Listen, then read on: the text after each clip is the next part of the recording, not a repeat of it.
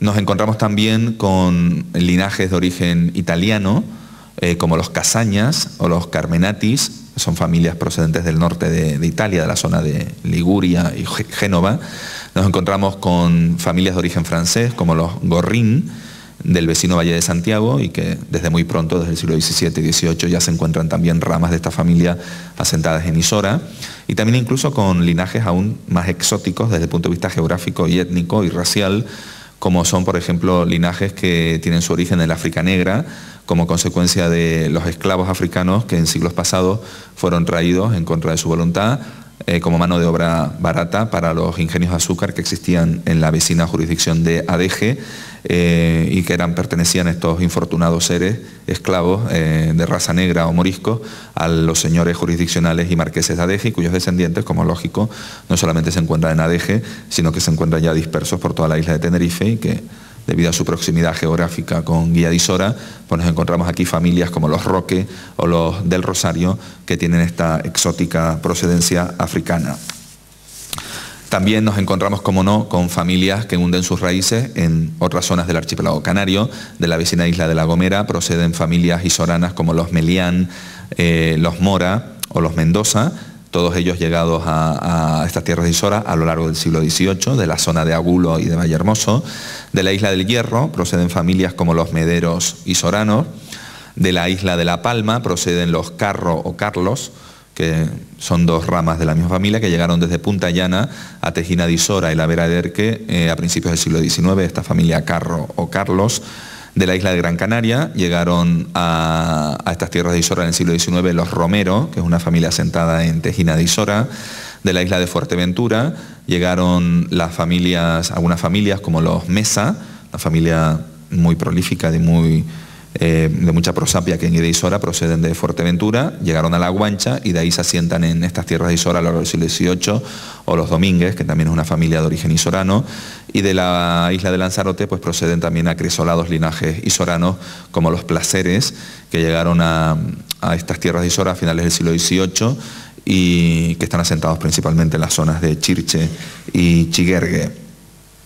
Pero no solamente los que se adentren en la lectura de esta obra encontrarán un libro de genealogía, que lógicamente es el tronco o la parte fundamental de esta obra que he escrito, sino que también es inevitable que encuentren referencias al pasado de Guía de Isora, de estas tierras del mal país de Sora, que creo que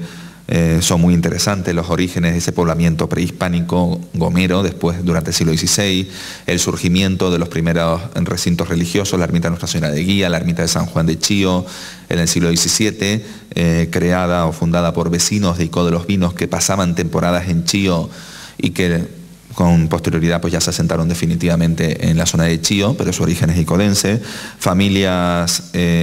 todas ellas de las que desciende la actual población isorana, pero también la lectura de esta obra nos llevará a ver cómo vislumbrar, yo creo que con poca imaginación o con un poco de imaginación, pues cómo vivían nuestros antepasados isoranos, las dificultades ante las que se encontraban y cómo pasaban su vida diaria, hechos si quiere anecdóticos, como por ejemplo los escándalos y las miserias en las que se veían envueltos como consecuencia de las injusticias tan propias de esa sociedad tan estratificada y tan injusta como era la del antiguo régimen. A título meramente ejemplificativo, les voy a citar el matrimonio que se produjo en el año 1696 en Tejina de Isora entre los novios Simón Martín de Alayón y Ana González, y cito literalmente el documento que se transcribe en esta obra, que dice así: los cuales dieron por causa haberse tratado y comunicado juntos, entrando y saliendo el uno en casa del otro, de cuyo trato y comunicación frecuente habían resultado escándalo en la vecindad de los referidos y disfama a la dicha contrayente, de tal forma que de no tener efecto el matrimonio quedaría disfamada y no hallaría persona de su igual estado que con ella se quisiera casar, si no era el dicho contrayente, y que se añadía estar la susodicha emparentada con la mayor parte de los vecinos de dicho pago de Tejina, idem casin de dicha villa de Santiago. Nos podemos hacer una idea con la lectura de este documento de la rígida moralidad de la época y las dificultades con las que se enfrentaban nuestros antepasados cuando contravenían esas normas morales, o tal como le ocurrió también en el año 1700 a dos vecinos de Chío, Eleuterio Delgado y Antonia Jiménez, los cuales para poder casarse tuvieron que alegar ser dispensados de su parentesco de consanguinidad y dieron por causa, y cito literalmente, haberse tratado y comunicado juntos de que se había seguido escándalo en dicho lugar y pago de San Juan de Chío, a que se añadió el que llevados de su fragilidad humana habían tenido cópula incestuosa, de que había resultado la dicha contrayente hacerse preñada y seguírsele notable descrédito, de forma que no hallaría otro con quien casarse sino el dicho contrayente. Bien, aparte de esto, que como a mí me gusta decir, parece el Sálvame Deluxe del siglo XVII en las tierras de Isora y me imagino que en el resto de la humanidad, la lectura de esta obra de forma atenta, serena y meditada, pues también creo que nos va a poder hacer ver otros aspectos de la vida, la dura vida de muchos isoranos, de los cuales algunos, o la mayor parte de los que estamos aquí, supongo que descendemos. Incluyo un documento hasta ahora inédito en esta obra, en el apéndice documental, que es el primer padrón de población que existe, o que al menos yo he podido localizar, sobre Guía de Isora. Es un padrón de población del año 1779, en el que casa por casa y pago por pago, barrio por barrio, pues se analiza quiénes eran las personas que habitaban en esas casas, su forma de vida, sus oficios, sus costumbres y hasta aspectos puramente anecdóticos y curiosos. Por ejemplo, en la casa número uno de Tejina de Isora vivía una viuda que se llamaba Gracia María González y se describe a uno de sus hijos como un mozo robusto, lo cual pues resulta pues curioso. También quizás menos anecdótico y menos gracioso es la lectura casa por casa, como digo, de cómo vivían los vecinos de Isora a finales del siglo XVIII, la mayor parte de ellos pobrísimos campesinos, como se puede observar, y de los que su atenta lectura, como digo, nos llevará a importantes reflexiones acerca de cómo vivían nuestros antepasados, la dura vida de nuestras antepasadas isoranas que se dedicaban al cuidado de la familia, a bordar, hilar, tejer, coser. Incluso podemos hasta visualizar vidas pues muy tristes si nos dejamos llevar un poco por la imaginación, como por ejemplo, voy a buscar un caso concreto que a mí me llamó la atención, pues la vecina de Isora que vivía en la casa número 11 de Chío y que era una tal Ana Correa, de la que se dice que es moza soltera, su edad 31 años, sabe hilar, vive muy pobre. Podemos imaginar la triste vida pues de esta isorana de Chío, como tantas otras canarias españolas de esta época. También los que se adentren en la lectura de esta obra podrán encontrarse aspectos de la vida de nuestros antepasados isoranos que, si no fueran trágicos, pues casi los podría yo al menos calificar de un sainete o no sé qué clase de comedia. O si no, juzguen ustedes mismos. Por ejemplo,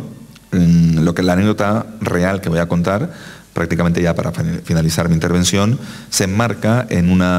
conflicto abierto, unas veces soterrado y otro más abierto, entre los vecinos de Isora contra el párroco del Valle de Santiago. He de aclararles, para que entiendan esto, que la parroquia del Valle de Santiago, cuando se crea en el año 1679, de San Fernando Rey, segregada de la de Buenavista, incluye las tierras de lo que hoy es el municipio de Guía de Isora, es decir, desde el año 1679 hasta que se segregó la parroquia de Guía de Isora en el año 1738, los vecinos de Isora tenían que acudir a recibir los sacramentos, a bautizarse, a casarse y a enterrarse y confirmarse en la alejada parroquia de San Fernando del Valle de Santiago. No sé si es un rasgo hasta la actualidad de los isoranos, su rebeldía ante el poder establecido, pero yo particularmente he de decir que nunca me he encontrado en ningún archivo parroquial de la isla de Tenerife ni de otras partes del archipiélago canario he consultado partidas sacramentales, que son varias de la índole de las que les voy a contar, como por ejemplo que un vecino de Isora llamado Pedro Delgado, en concreto vecino del caserío del Jaral, cuando se le muere un hijo suyo llamado Pedro, en vez de ir a enterrarlo a la parroquia del Valle de Santiago, como tenía obligación de hacer, como feligres de dicha parroquia, no se le ocurre otra cosa con la ayuda de otros dos rebeldes e indómitos isoranos, llamados Francisco de Vargas y José García, que forzar la puerta de la ermita de Nuestra Señora de Guía, y el 29 de julio de 1683, ocurrió esto, hacer un hoyo en el suelo de la ermita y enterrar bárbaramente, como escribe escandalizado el párroco del Valle de Santiago, utiliza este adverbio, bárbaramente, sin asistencia de párroco, porque no se me avisó, ni asistencia de capellán. Es decir, los vecinos de Isora, por no querer ir a trasladarse hasta la parroquia del Valle de Santiago, también posiblemente para ahorrarse los emolumentos que correspondían al cura del Valle de Santiago, fuerzan la puerta de la ermita, hacen un hoyo y entierran, no cristianamente, de forma bárbara, a ese desgraciado niño en la ermita de Nuestra Señora de Guía. Pero no solamente esto ocurrió en la ermita de Guía, también ocurrió en la ermita de Tejina de Isora y en la ermita de San Juan de Chío, lo cual es bastante inusitado y que yo creo que es un reflejo de un conflicto que sería largo de explicar, que se remonta a los orígenes de la parroquia del Valle de Santiago, en el año 1679, cuando el obispo García Jiménez había dicho que la parroquia se crease en Guía de Isora y no en el Valle de Santiago. Pero debido, y así se aprobó por el obispo de Canarias, pero debido a la influencia del señor del Valle de Santiago, don Fernando de Loyo Solórzano, que ya lo dice el dicho, hay leyes mientras haya reyes, o algo así, creo que es el viejo refrán castellano, pues el señor del Valle de Santiago ofreció a las autoridades eclesiásticas un solar de su propiedad en el Valle de Santiago para que se hiciese allí la parroquia, y de hecho se hizo allí la parroquia de San Fernando en el Valle de Santiago, en detrimento de lo que se había aprobado previamente y no se cumplió, de que se elevase a la categoría de parroquia la hasta entonces existente ermita de Nuestra Señora de Guía. Bien, no voy a cansarles más, espero haber cumplido bien mi función y que la editorial esté contenta conmigo en el sentido de haberles intentado transmitir al menos cierto entusiasmo para que adquieran o se animen, si no adquirir, pues que le preste a alguien esta obra y la puedan leer. Nuevamente reiterarles mi agradecimiento para que en la víspera, según el calendario maya, de la desaparición de nuestro planeta o de nuestra civilización, pues hayan tenido la deferencia de compartir estas nuestras últimas horas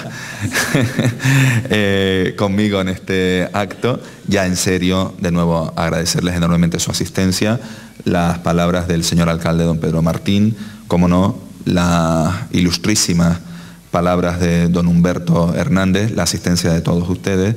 Y simplemente mi último deseo es que con esta obra he pretendido y espero que aquellas personas hoy o mañana, cuando sea,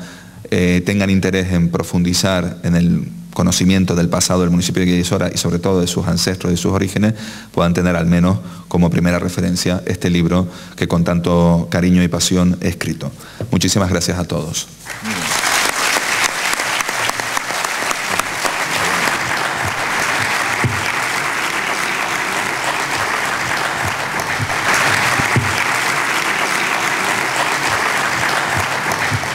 Don Nelson Díaz Frías, muchísimas gracias.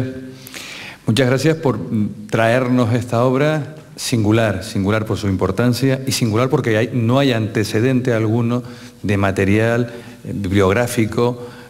sobre el tema que hemos tratado esta tarde. Espero que esta conferencia haya despertado su curiosidad y mejor aún su interés.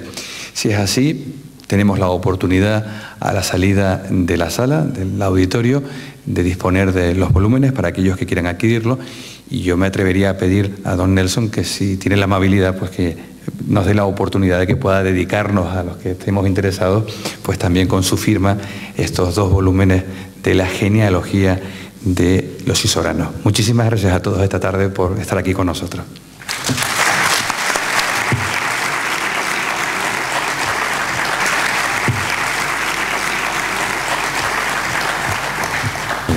Bueno, pues muy bien. Bien ha dicho don Pedro, si alguien quiere que le dedique el libro, aquí estaré por aquí y con mucho gusto lo haré. Gracias a todos de nuevo. Gracias.